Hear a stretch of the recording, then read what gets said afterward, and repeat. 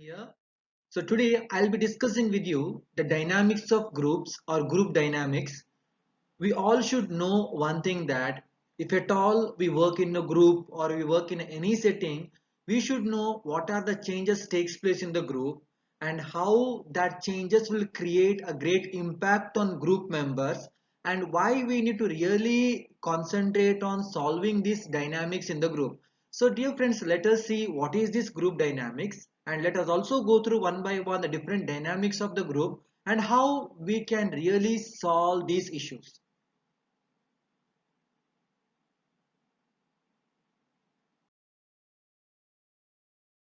So here you can see the meaning of dynamics of group work, or the meaning of dynamics of group. Group dynamics has been used to refer to the group processes themselves or to the methods of changing group behavior. So it is very clear that the dynamics means the changes which takes place in the group, or the changes which already happens in the group, and these changes in way may be beneficial for the group, but sometimes these changes may create a negative environment or a negative impact to the group.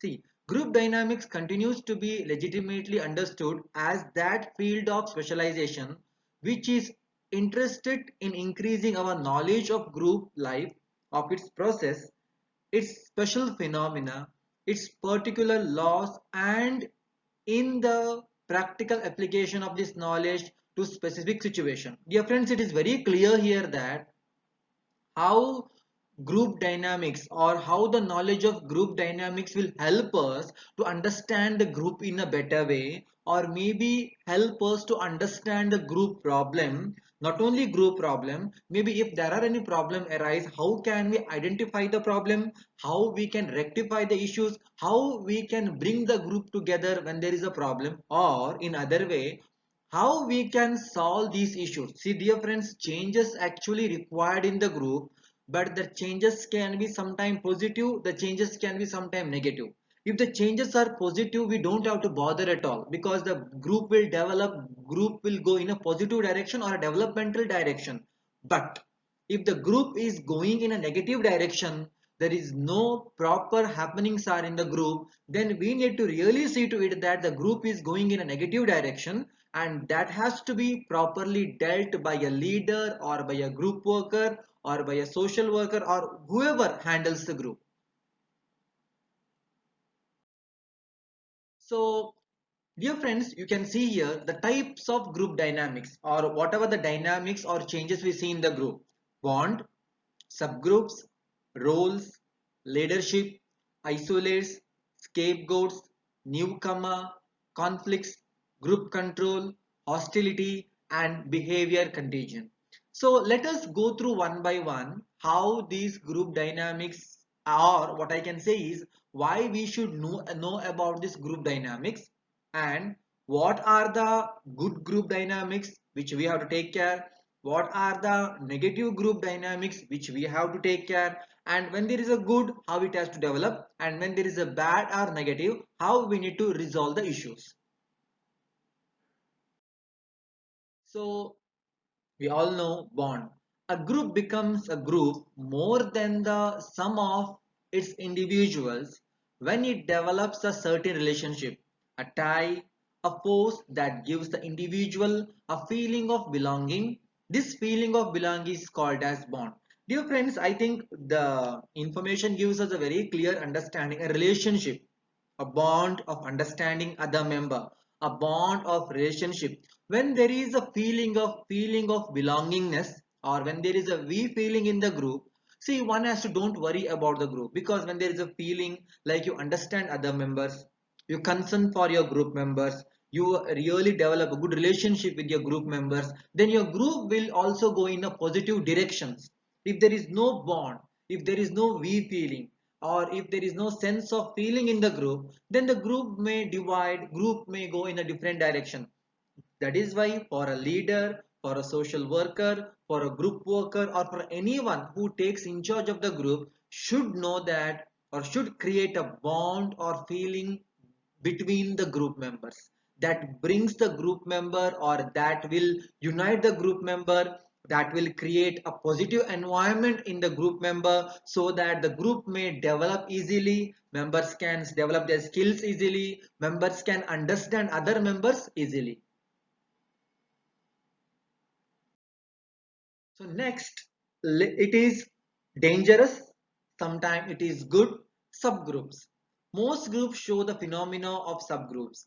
To each group situation, each individual brings a unique combination, which is a result of his own internal and external reaction in various environments. Dear friends, we all should know that sometime you might be knowing when we are organizing any program or when we give any group task, we divide the group. Like maybe for some we give, maybe for two members we give one task, for three members we give one task, five members we give one task. I'll give you a small example.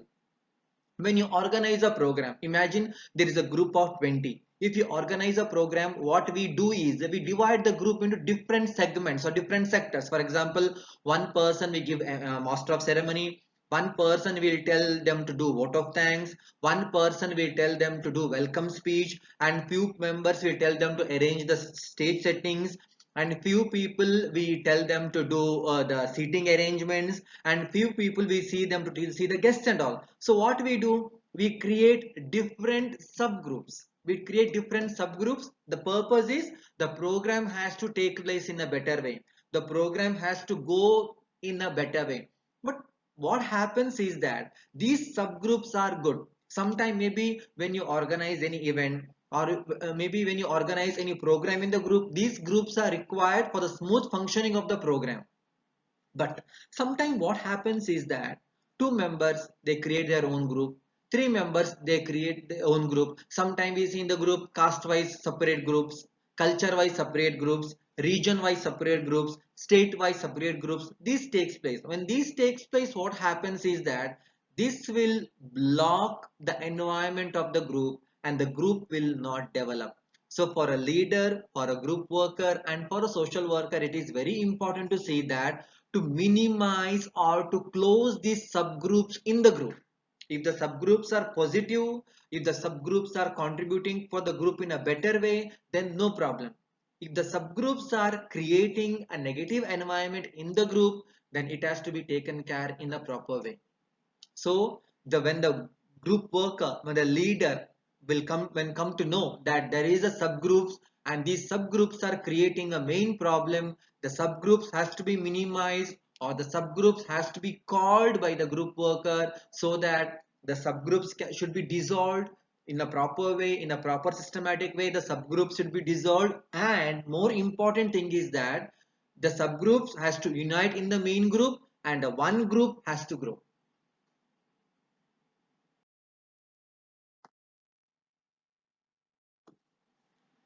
The next important thing, and what I say very important thing, or rather, or I would like to say very important, is roles.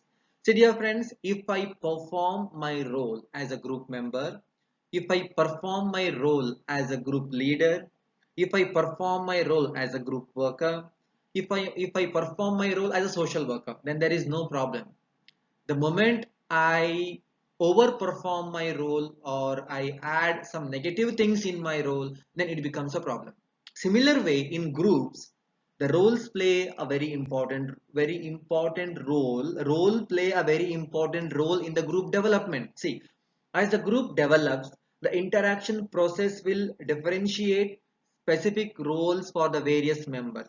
Roles may be broadly divided into two types: task-oriented role and maintenance role. More than understanding this, as a group develops, the interaction process will differentiate specific roles for the various members. See what happens for any group in the first meeting, you can see the members will not talk with each other because they are all new.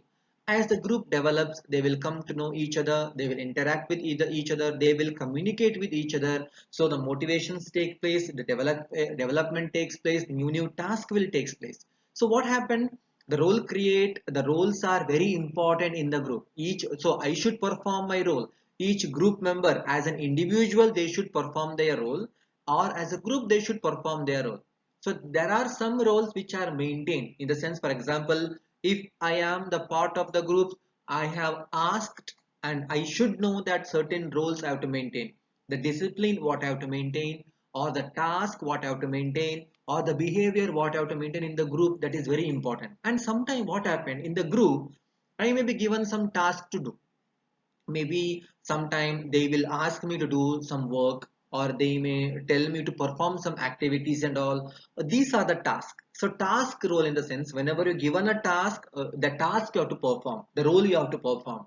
And maintenance can be in many ways, because maintenance, in the sense, say in the home I have to be different, I have to behave in a different way, and I have a freedom. But when it comes to group, I have to maintain certain standard. I have to maintain certain discipline. I have to maintain my communication in the group. So these role play a very important, and every member should know what are the roles and responsibilities he is supposed to maintain in the group, and what are the roles and responsibilities he has to carry out in the group. Otherwise, what happens is that, if being a leader, if I'm not clear what roles the member has to perform in the group, then the group may dissolve. The group may not go in a positive direction.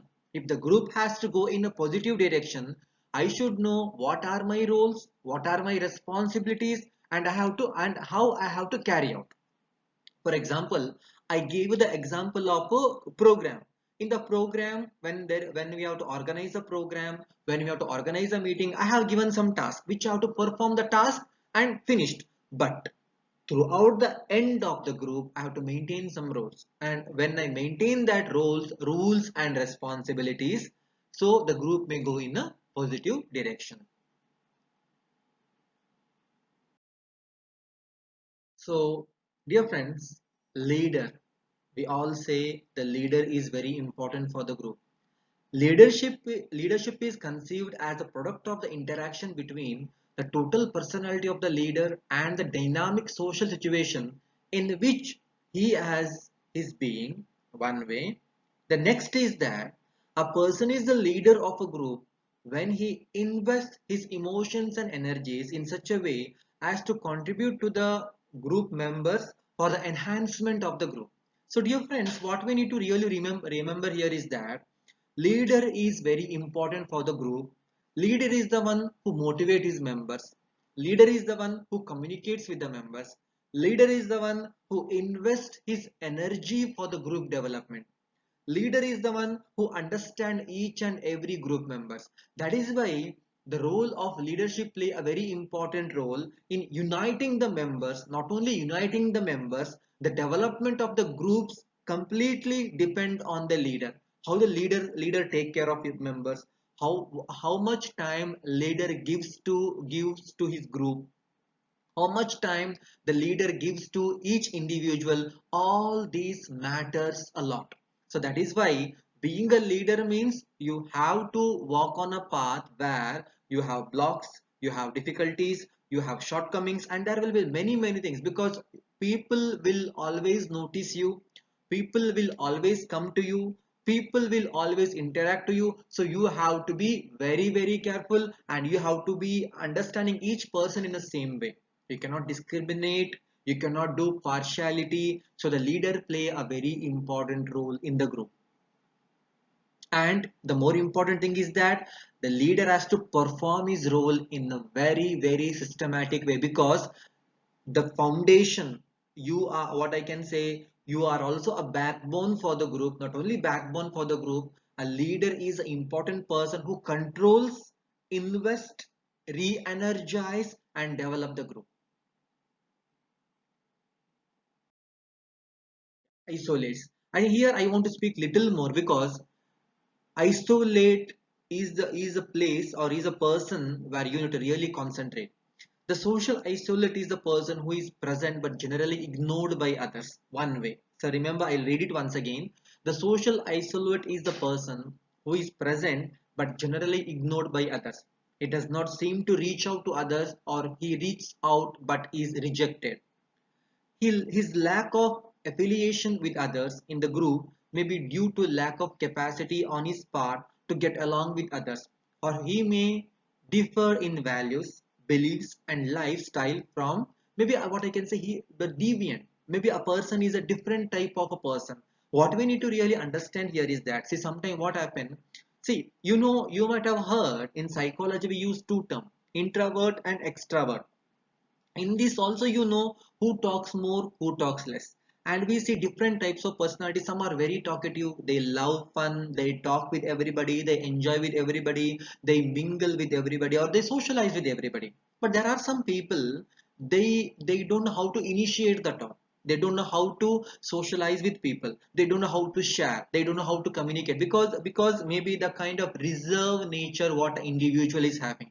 So what we really need to know is that, for a leader or a social worker or a group worker or anybody in any sector, maybe it is an industrial sector, corporate sector, religious sector, anything. When you work with the group, if you find somebody who is isolate, who is not talking properly, who is not interacting properly, we need to concentrate this person, and we need to take an initiative to make him communicate, make him understand, or we need to understand him first, and we need to bring him together and make him the part of the group member. See, sometimes what happens, see, some people, because of the situation, maybe problems at home, individual problems, personal problems, emotional problems, they may not able to interact for 1 or 2 days. That is fine, we can understand that. But if a person is not even interacting properly, not even communicating properly, he cannot gel with the members, he cannot, if the person can't be along with other members, then it is a duty of the leader as well as the in charge of the group to see to it that he has to be communicated. He has, in the sense, we need to communicate with him properly, we need to understand what is the issue. If it is very difficult for him to be along with other members, then we need to see to it that step by step help him to be with the members, explain the members that he need to be contacted, he need to be communicated, we need to talk to him, we need to bring him together, and this will help the person to really really come together and be the part of the group. And one more thing I also want to add you here, that you all know that we have a beautiful concept called case work in social work. If at all you find any of you find isolate in the group, sometime it is better you call that person individually without knowing. Nobody in the group, nobody should know. You should call the person, try to understand what he's undergoing, try to understand his emotional situation, or try to understand his personal situation.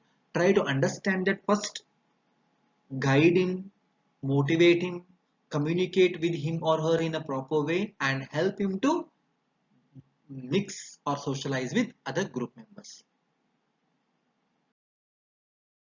Scapegoats. You might have heard in Hindi there is a famous word we use, Balika Bakra. Balika Bakra is a beautiful example for scapegoat, but here the Balika Bakra can be different things. See, a scapegoat is a person who is always blamed or punished for the mistakes or wrongdoing of others. In a group, there might be people who is doing mistakes, but the blame comes on one person. He may not have done that. The rejected isolate sometimes become the scapegoat of the group. Dear friends, in my previous slide, I have clearly told you regarding the isolated person. Sometimes what happened is that people start teasing them, people start doing mischievous things with these isolated people, and later people will slowly start blaming them. For it's not for their mistake, for others mistakes also people will blame them. See, when you take group work, if you remember your school days and all, you might have seen this. For any mistake, we blame one person. And similarly, when you work in different settings and all, mistake was done by some people but was blamed for some other people. Sometimes the person who is too active, too interactive, what we do is we give them the work, they do the work. Sometimes they may not do it in a proper way, but we blame them. So, dear friends, what we need to really understand here is that for the leader, group worker, social worker, or anybody who handles the group, it is very important whether the person has done real mistake or whether simply the group members are making him scapegoat. That has to be understood. And you have to remember one thing: the scapegoat is one among the group. He is not separate. He is one among the group. So it is very important to understand that If at all the people blame one person for everybody's mistake, or if anything happens in the group, people blame only for one person, instead of scolding to that person, it has to be rectified in a proper way. Either members are making him Balika Bakra, or whether simply people are blaming him, that has to be understood. So dear friends, this is you all know this is my YouTube channel. So this is group dynamics or dynamics of groups part 1. I'll be recording and uploading dynamics of group 2 shortly. Keep supporting me. Thank you.